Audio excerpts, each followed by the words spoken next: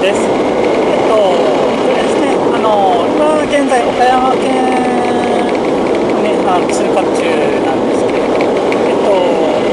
愛知からですね、向かってきたんですけど、新名神ですね、新名神の、高槻あたりでですね、ちょっとふと、ちょっと窓開けて、ちょっと涼しんでたらですね、なんかカリカリ音みたいな音が聞こえてきてて、最初気にしなかったんですけど、なんかしばらく走っても全然消えないので、あれもしかしてと思って音楽ちょっとボリューム下げて聞いてみたらですね、ちょっと自分の車のエンジンからですね音がしてました。でですね、アクセルに連動して音が鳴ってたんで、確実に自分のだなと思って、やべえと思ってダイナモ行っちゃったかなと思って、でダイナモ行ったらちょっとまずいなと思って、一応サービスエリアに止まって、確認しました。確認したら、でダイナモはなんか大丈夫そうだったんですけど、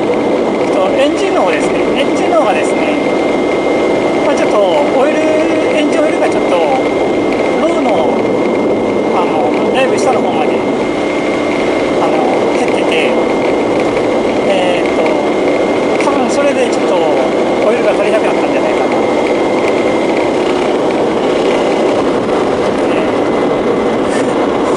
とりあえず問題なく走れてはいるんですけど、一応サービスエリアのガソリンスタンドで、エンジンオイルは、補充しました。一応ね。エンジンオイル補充して、めっちゃ入ってありですね。カリカリ音がずっと鳴ってますね。多分、タペットじゃないかなと思うんですけど、メタルだったらちょっと焼き付いたらちょっと怖いですよ。なんなんですか。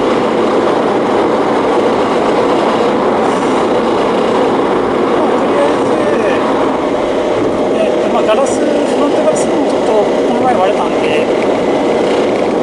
りあえず車検が11月なんで、もう買い替えようかなって感じですけど、ちょっとエンジンがちょっと怖いですね。街乗りなんかは多分大丈夫だと思うんですけど、やっぱ高速ちょっとやっぱ怖いですね。